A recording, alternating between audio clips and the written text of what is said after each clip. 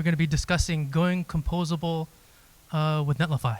And I'll chat a little bit more about what that means as we get closer to the content. But first, I'm JC. I'm a senior partner engineer at Netlify. So my role is somewhat of a customer-facing engineer or partner-facing engineer. So I work with a lot of our partners, like Sitecore, and other of our partners who are integrating with our platform, either through our API or SDK, or trying to deploy their custom framework with them. I provide like some perspective from our engineering and product teams internally with engineering and product members of our partners. And then I'm here with Conrad. He's a senior partner manager. Yeah, I noticed that, yeah. He's on the agency partnerships team. So we have been working a lot together when he came on board to onboard a lot of the agencies in the Sitecore world who are looking for Netlify type solutions. I'm going to be chatting about Composable. When I was thinking about what we should be talking about up here, Netlify is pretty new to the Sitecore ecosystem. So I'm not going to be up here giving you some Sitecore tips and tricks. I'm actually here to learn those myself. While Conrad has some experience in the Sitecore ecosystem, you know, we don't have quite that developer experience yet. But what Netlify does have is a lot of experience in composable and headless development and architecture. You know, we were founded in 2014 on the concept of the Jamstack. We have a lot of developers using Netlify right now in the millions, a lot of enterprises using Netlify. So I thought I'd share some of our experience when we talk with partners and enterprises who are considering to move to Composable, what they are thinking about, how we talk to them, what are the challenges that they're facing from an engineering organization level, like from an engineering team organization level. I think there's a lot of chat about like what that means to the business, you know, how that enables marketing teams, whatever, whatnot. But I want to really talk about the impact to your team and some of the things that you could consider. So you may be on the fence, you may be on the side of like, I'm already in the Composable, let's go, let's do it, let's buy XM Cloud, let's roll it out. But I have a feeling there's a lot of folks here and a lot of folks that I've chatted to who are maybe like on the cusp, trying to figure out if it's something they want to do, trying to figure out when is the appropriate time to do this. So I'm going to be speaking to that. But first, just a quick overview, the obligatory logo slide for Netlify. These are all the folks that are using Netlify at the moment. We're a developer platform. I'll dig into this a little bit deeper. But we provide integrations, monitoring, build tooling, runtime. So basically everything you need to get your source code built and then deployed on the edge to the CDN. And simplifying this kind of complex infrastructure. And I have a couple of slides on how this gets simplified a little bit later. And we're revolving around connecting your data sources, building your code, and then running your code. So that's basically sums up what the Netlify product does. We can go in a little bit more detail on what that means, but that's kind of the developer workflow. But first, like, what does Composable mean to Netlify? When we're talking to our partners and customers about Netlify, you know, first they have to be bought into Composable. If you're not bought into Composable, Netlify doesn't really mean anything to you. And the last thing we want to do is sell them a product that they're not going to be happy with and they're going to churn and they're going to leave. So whenever we're meeting customers, we're really advocating for Composable and headless first, right? We got to do that job first before we can even talk about Netlify. So let's kind of define what Composable and headless and serverless is, at least from Netlify's perspective. And this may align with what you're already thinking. But first there, if I can may quote Obi-Wan Kenobi, you know, your truth may lie in like what your current perspective is, right? Obviously we have a biased perspective being at Netlify. We're very biased towards Composable. My experience before Netlify was working at agencies as a front-end developer, so my personal bias is toward front-end development and those type of concepts as well. But if you're a backend engineer or you're a DevOps engineer, your perspective might be a little bit different. You might have different opinions. So we're going to dig into like what those may be and what some of those things you may need to consider when you are going to Composable. So Composable like I said, Composable means everything to Netlify. We're the platform to build your composable sites. Without Composable, we don't really have a reason to exist. We provide the tools and platforms to build your composable websites. And then our VP of partnerships always says we succeed when the composable ecosystem succeeds. So we don't exist without partners like Netlify. We don't exist without composable companies and products like Sitecore. So this is your traditional stack. Should be pretty familiar.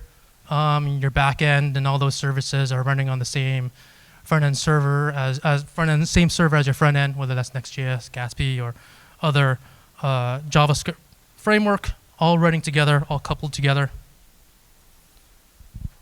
Then you go headless, right? You take the front end out of your server and you run that separately, where your front end is just communicating with your back end via an API. But that question mark there is there on purpose. The front end might still be running a back end, right? And for example, we were chatting with a partner who was trying to get their front end framework running on Netlify. The product itself was headless, but the front end they were providing wasn't necessarily compatible with Netlify. Why? Because it still required an Express server, right? So you still have this front end component running an Express server, which still requires, that a little bit of back end expertise, right? There, you still have to tinker with your back end there. So now you have a back end and a very small back end coupled to your front end there. So then you transition to headless and serverless, right? So now you have your back end services running headlessly, just being accessed via API. And now your front end is no longer requiring something like Express.js or anything like that. And it's running directly on a global CDN and using serverless functions. So the architecture is a little bit different, right? So when I'm chatting with partners, they're trying to get on Netlify. That's the one thing I have to check first, right? Is what you're providing as a front end compatible with a serverless environment. Sitecore is. That's what we've been working on like the past couple of months. So you can deploy the Next.js front end to Netlify very easy, and it adapts to serverless just well. But if you're evaluating other composable products, make sure you look at that and make sure it does support a serverless infrastructure, because you're either going to have to pick up that burden and write some code to make it work serverless, or that's going to be a future request to the platform you're working with. And then when you go to Composable, you're really removing the need to develop and maintain a backend. You might have some backend in there a little bit for something custom, maybe something that you can't find in the market. But ideally, you would have your front end on the global CDN on the edge while using serverless functions and accessing all your backend functionality through a SaaS platform. And right here, using multiple APIs, using various Sitecore products, right? So that's kind of like the dream of Composable, right? Where you don't have this back end, you have a very simple front end. All of your SaaS providers are providing the expertise and the platform to do a lot of this for you. But from a Netlify perspective, we just don't want to enable this, right? We want to enable something like this as well, with the flexibility to integrate with any solution in the Composable ecosystem. So pulling in any vendor, any product, Shopify, Algolia, Cloudinary, and being able to pull those out, insert something new, look for the best-in-class solution that will work for you. And that's what Composable really means, at least for Netlify, is giving you the ability to achieve this here, to build out all your back-end functionality with whatever solution you think will fit best for you.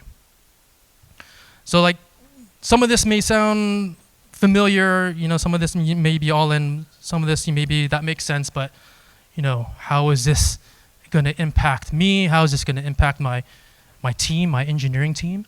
So let's dive into that. Let's dive into that next.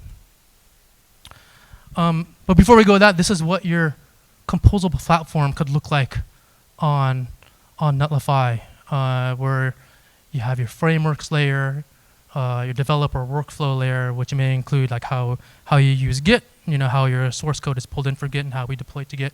And I'll have a little bit of a detailed slide on that later.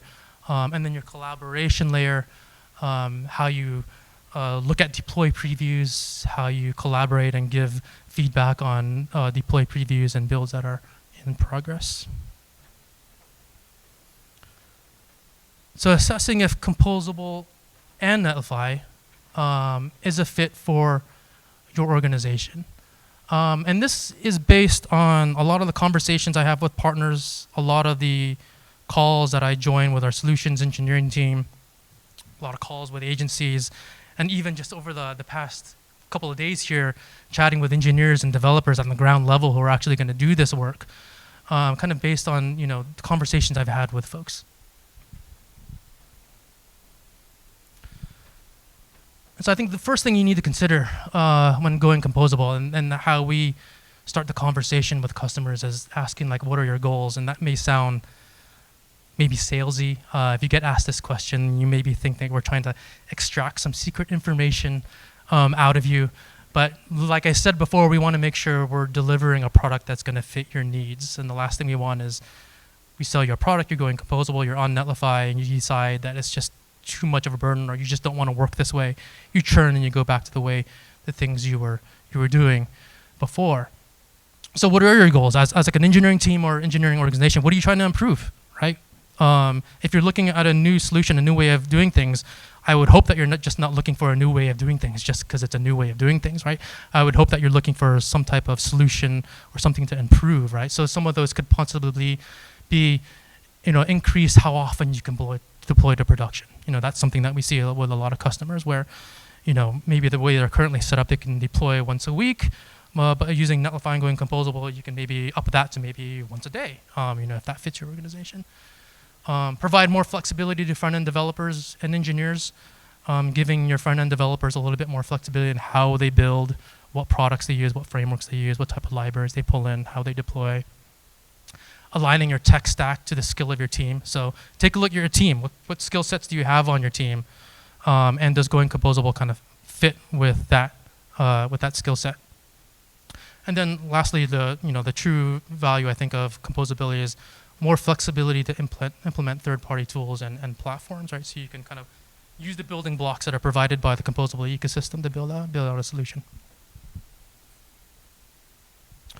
This one is like usually a really big conversation that we have with our customers. This is usually where our solutions engineers step in, and this kind of takes weeks to sort out. If it's an enterprise, maybe it takes months to sort out.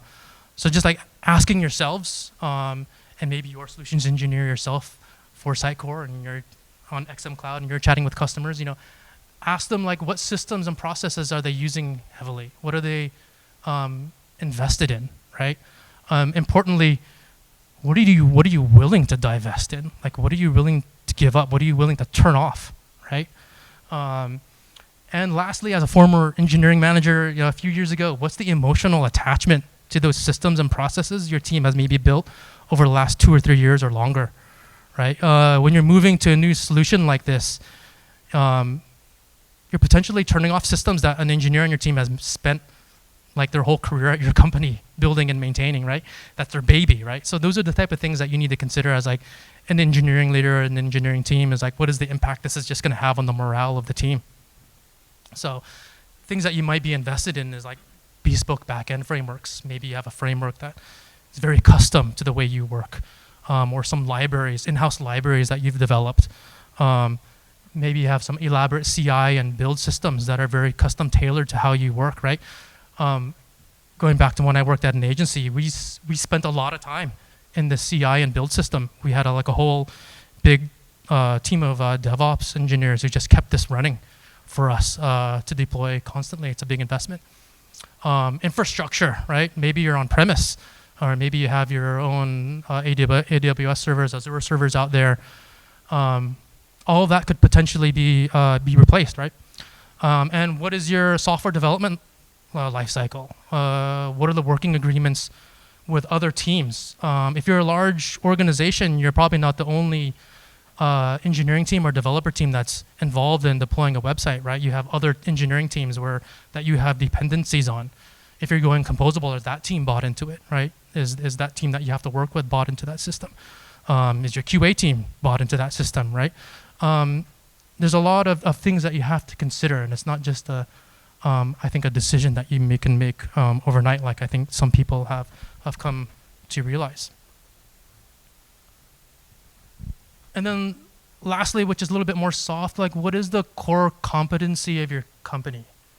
And then ask yourself, does your engineering organization align with that? Like, what is the expertise of your company? Are you more a creative and design focused company or agency?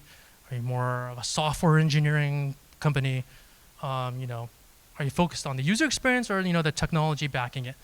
You're going back to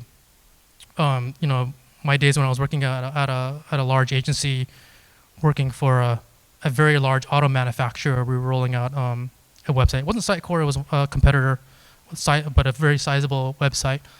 And as we were starting this project, we were spending most of our time making sure our CI and infrastructure was set up. And it would constantly fail, and then I have to go and chat with these folks and say, it's build's failing, I don't know why it's build's failing, and then we have to look at the code and how is your JavaScript being put together and inserted into the CMS.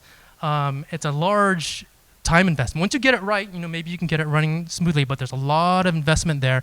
And then when we were talking to the customer, you have to explain all that, right? Because what they see is just the user experience, the HTML, the CSS, how you interact with the website. They're not necessarily seeing all the stuff that's behind it, right? So, like, how bought in are your own customers, if you're an agency, right? How bought in are your own customers into, seeing the value in you spending all that time with all that technology behind it versus just creating the front-end experience that your users are going to use. So kind of to sum up some things to think about and when Composable is a fit, if you're trying to improve engineering velocity and align to a skill set that may be on your team already, if you're willing to divest from some existing systems and processes, and if you're looking to enable a team to spend more time working on like the general digital experience, the user experience, then Composable might be a good fit for you. If you're not quite there yet, obviously we're biased. We think Composable is the future, and we do think there is values in companies adopting it. But I think those are the things you may have to address if you eventually want to go to Composable over the next quarter or 2 quarters, or however long you think it will take for your organization to get into a position where you can easily transition to a composable architecture, to composable systems. So like I said, we think obviously Netlify's bought into it. We've bet the farm, right? Because we're our composable platform, and we foresee that everyone will eventually transition to a composable platform. But that's up to for you to decide, like when you think that time is going to be appropriate, when you think that can be possible for your team. And then to sum up, Composable, the platform, again, this is kind of what it looks like. Your backend being replaced by many or multiple APIs from the Composable ecosystem. But then also, if you adopt a process like Netlify, you're also improving on your web production lifecycle as well. So this may look very familiar to you if you're not Composable already. How you collaborate on code, how you stage stuff, how do you automate build testing, and how do you deploy to your infrastructure. When you go to Netlify, or solutions like Netlify, it looks like this, right? You no longer need those systems anymore because Netlify is picking up the continuous integration, the build process, the deployment process for you and maintaining it for you.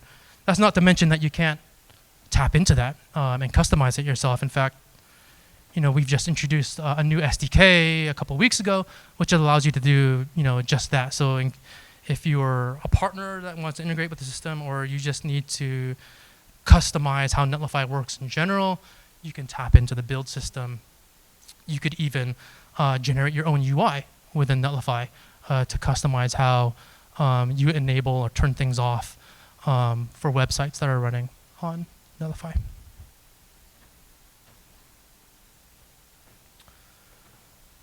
So we've chatted about composability. We chatted about what kind of means to go composable or to transition to composable. So I just want to leave you with a few developer resources here. If you want to learn more about Netlify, we have our documentation here. We also have our deployed in Netlify guide on Sitecore now. Shout out to some of the guys here. And then Thomas put together an excellent video on how to deploy JSS to Netlify. And with that, I'll hand it over to Conrad, who will speak on just the general partnership between Sitecore and Netlify at the moment and where we're headed. And if you have more questions about anything I've chatted about, feel free to hit me up after.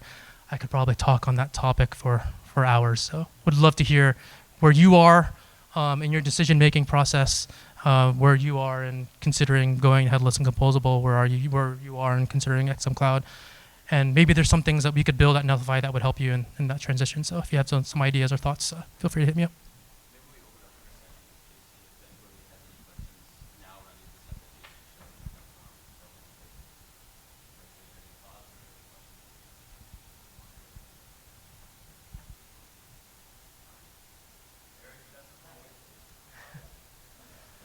All right, here you go, Conrad. All right, cool. Hey, guys. Okay, cool. So as JC mentioned, I wanted to just dig into, I know we've got some architect folks and some engineers, probably working some clients, some solution partners as well. So I figured I would just give you a quick overview in the last couple minutes of the presentation today, just basically what does the partnership with Sitecore look like, why it's relevant to you guys on the client side, and how it is strategic, both on the solutioning side, but also on the client side as well. So how this partnership kind of came to be, because I've been involved from the start, and frankly, I'm super stoked to be back in the Sitecore ecosystem, more broadly outside of this. Working at a small company called Coveo before. Some of you like Mark, may know me from back then, so I'm super stoked to be back in the ecosystem. So we've been working on this for a little while now. I started back in February, been kind of plugged into the conversations from the start, but things kind of really picked up back in the springtime. And what I've been really excited about as far as the partnership, it's really that much, 10 steps ahead in terms of how strategic we're building this partnership with Sitecore. And that's been really exciting for a number of different reasons. And I think, for the folks, again, on the client side or whether you're working for a solution partner, naturally you want to have that sort of blessing from a partner like Sitecore to have us involved in this event and, to have us involved in DX and the MVP summits. And again, you're going to see more Netlify in general. And I think if anything, it kind of speaks to not only the sort of pedigree of the product and how we're going to market, but more importantly, just to kind of put you at ease in terms of, in Sitecore's investing, we've obviously been pioneers in this composable space. So when you're looking at Netlify more from a product perspective or from a developer perspective, know that you're in really good hands, especially when you're engaging with the different solution partners that we're now partnered with as well.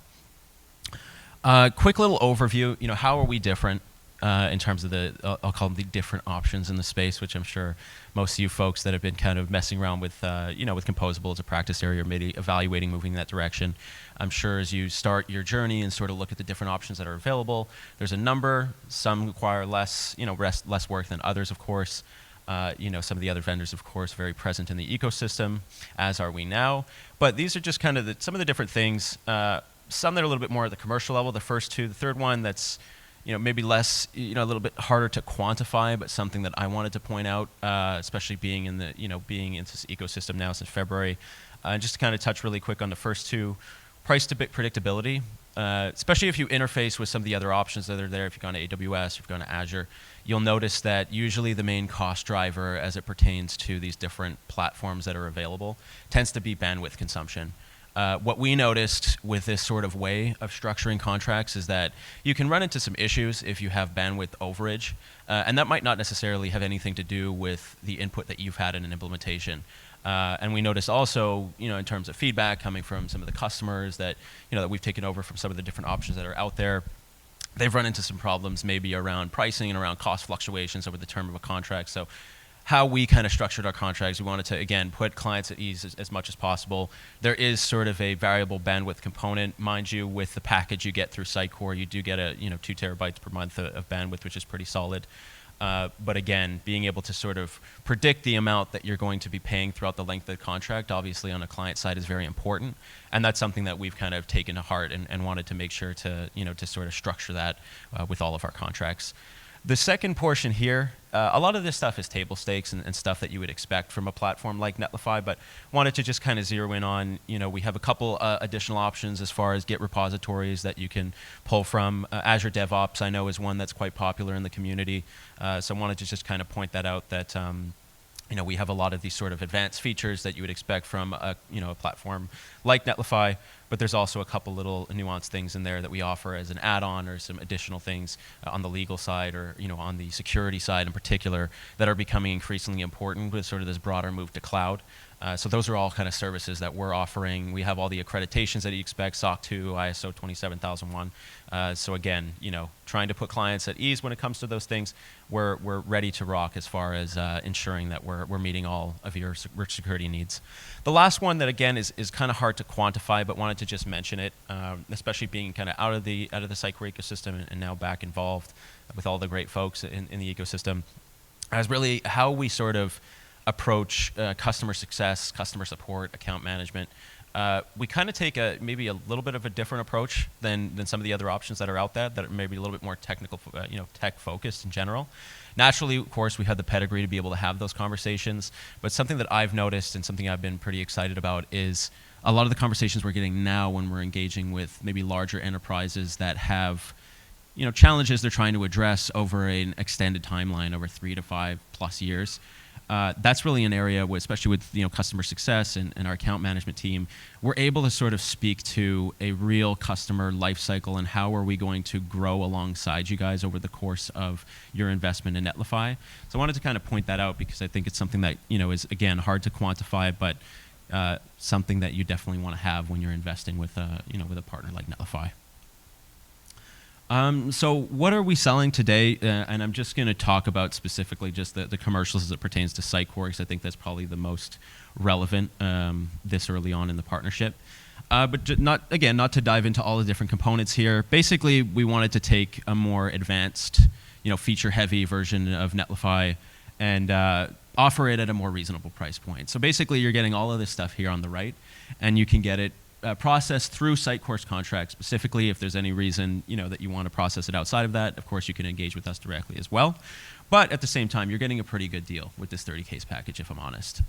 This is something that typically would sell for 70K, and we're offering it for 36. And you can kind of see again, the bandwidth component. You get an additional terabyte per month.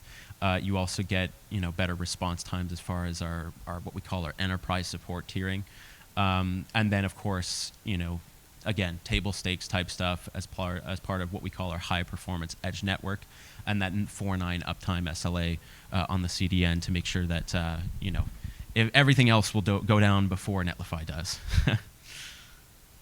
This here, no need to dig too deep into this. Basically, just we're ready. Again, we're ready to rock as far as ensuring success from start to finish when you engage with us.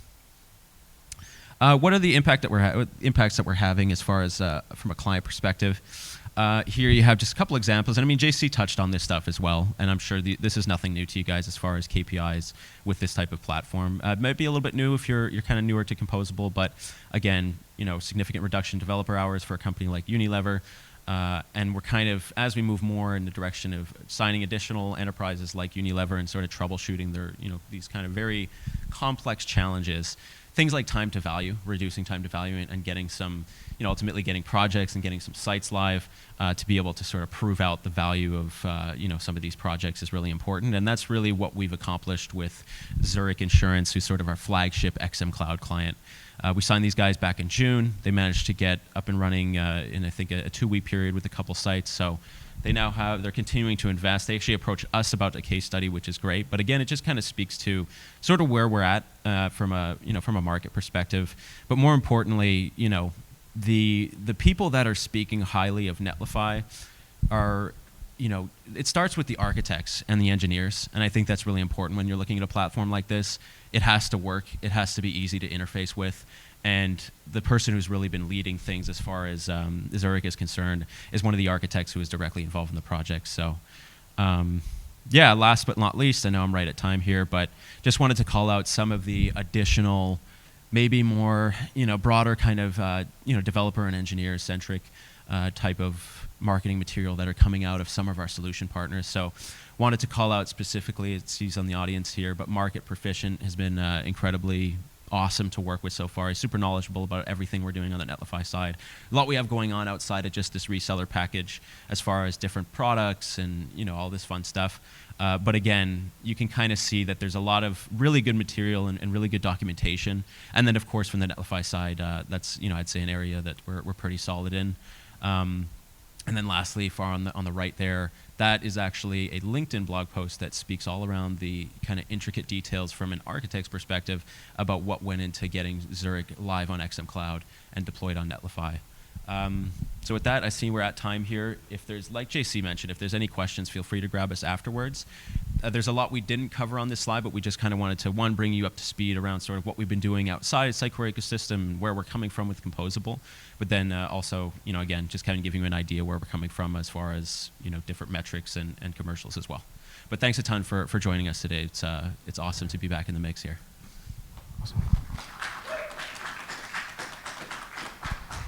And Conrad, we have 15 minutes left for questions. Oh yeah? If you want to take questions. Awesome. So we'll take Yeah. questions on later. Bingo. Yeah.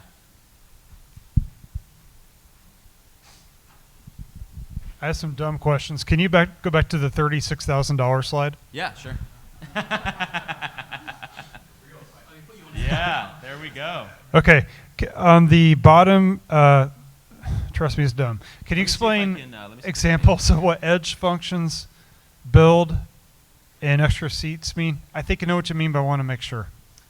JC, you might want to take the edge function side. For the extra seats, it's basically you get a certain amount of entitlements of seats.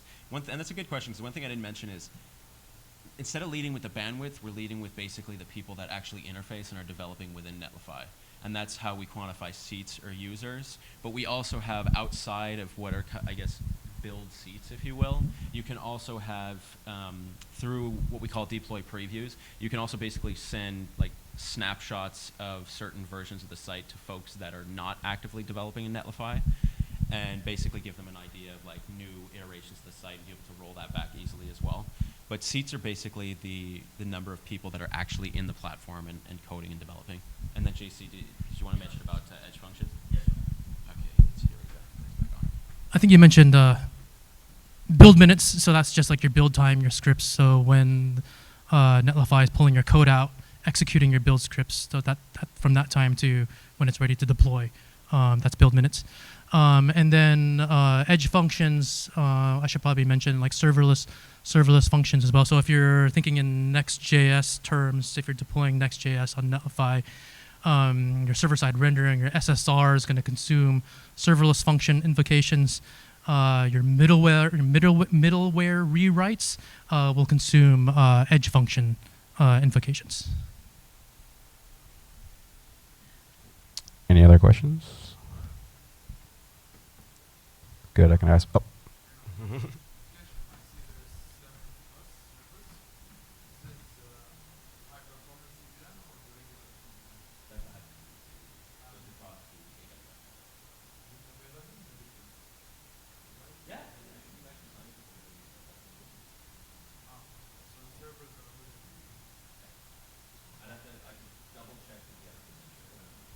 The CDN is global, origin server, US based, if that makes sense. Any more questions? Then I'll ask my question. You said, here we go, right? You said it took you 2 weeks to do that flagship. How long, what is the average time it takes? If I already have Sitecore, I already have my API, and I want to push a build to Netlify, and I'm starting a new project, what's the average time? So it really depends. There's always that answer. It depends, right? One caveat, though, it's not the whole Zurich project. I mean, naturally, there's all these different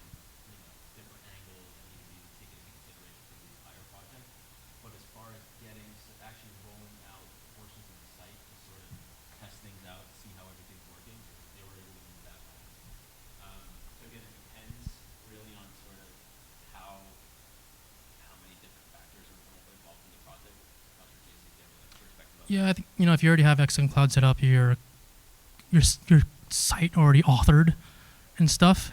I don't know, Thomas, in your video, how long did it take you to deploy the front end to Netlify and get it working as you expect?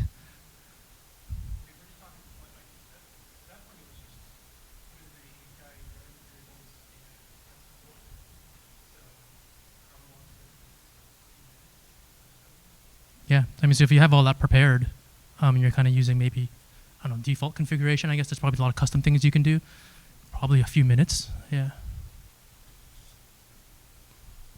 Basically, my question is that if you're starting new with Netlify, should it take you about an average of a week to 2 weeks just to get like a dev sample like Conrad was talking I about? think if you're starting new, you're probably in a better spot. I was just talking to Thomas about like migration, right? Not considering that. Like if you're, what's that called? The SXSA starter kit, right? If you just want to deploy that, you're going to be up and running in like a couple minutes. Yeah, yeah.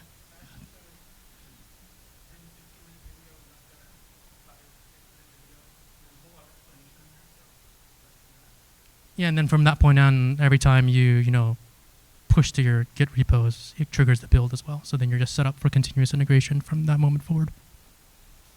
And I'm assuming you have cheaper for us normal people than the 36,000. Like, can you share some? I guess it's on your website, like cheaper plans. Okay. Sure. So what I would say, I mean, to be frank, there's, especially since going back to the earlier days, there's just a ton of personal blogs and everything else that are hosted on Netlify. And I know Mark has recently run a pretty cool app on Netlify as well. But there's a free tier plan. We've got a plan, the pro plan at I think $19 a month, where you get some of the, you're on the standard edge network. But I mean, for you think about for a personal blog, it's like you probably don't need uptime SLAs, stuff like that. Obviously, the focus, everything around Sitecore, of course, we want to make sure that we have all these like enterprise-ready type features and everything else. But I mean, you could easily deploy Netlify for free, or the $19 a month plan is pretty solid too. Any other questions? How do you support, or do you support self-hosted Git or private Git? We do. Putting me on the spot. I'm actually not sure. I know our solutions engineers kind of step in to kind of figure out how that works out. I'm trying to think. I think that it does have to be accessible, like outside your network, though. You can. So you can manually deploy using our APIs. You don't get the full benefit of the continuous integration system, because then at that point you're kind of maybe using Netlify only as a hosting provider and not using the continuous integration system. But you could use our APIs. You could set some code up, set something manually to whenever you commit to your internal Git repos, you can like file deploy to Netlify. That's definitely possible. And we have some customers that do that. Would you find that like enterprise level organizations are comfortable having their Git repository fully? Probably through some conversations. Yeah, I know. That's why I was like earlier in my talk, I was like talking about that infrastructure, that continuous integration side is like the biggest conversation for our solutions engineers, and that's where a lot of time is spent helping them kind of architect a new solution, right? And putting together the architecture diagrams and enabling the champions within that organization to then get everyone on board with that organization. But most do, yeah, most do. We have a Netlify site, and we just check into GitHub and automatically deploys. That's kind of how we're doing it. Any other questions? One in the back.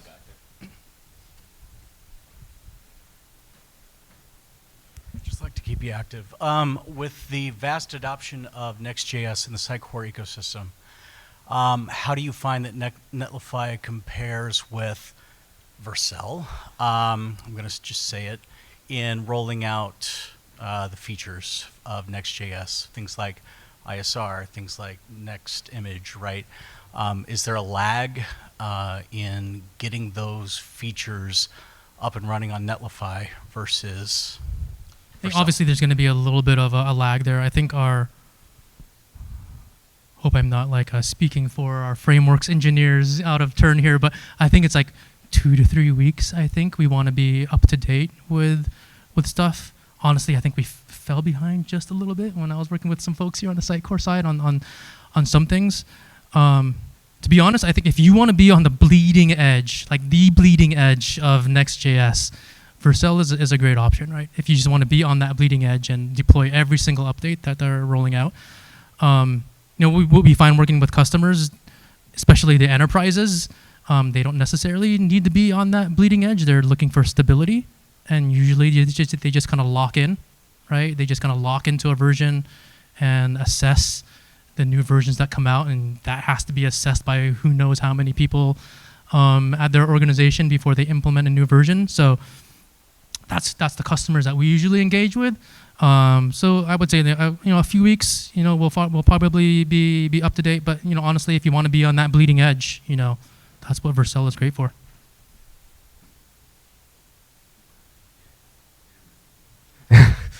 Anybody else? Questions?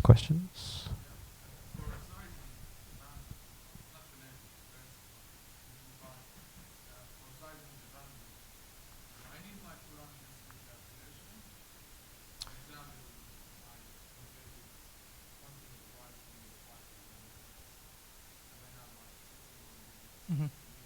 Yeah.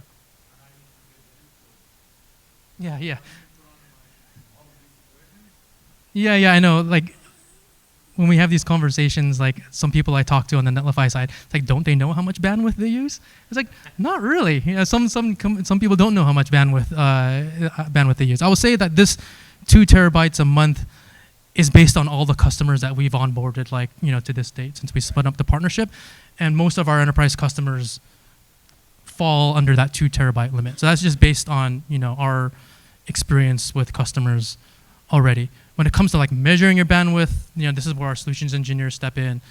Usually there's some type of proof of concept that's rolled out where you would deploy on Netlify, run a few load tests, run some testing there, and kind of measure it there, like how much bandwidth you're using in a certain amount of time, and do the math from that point. So actually deploy to Netlify, run your tests, maybe to simulate Christmas season or something like that, and then go into your dashboard and see how much bandwidth you've consumed, and then you can kind of see if you might need to pay more, or if we need to tailor the package for you. So we provide an account to execute that POC, and you can try it out yourself and see if it'll work for you. But I'm assuming you cache, so we can save on bandwidth from that, correct?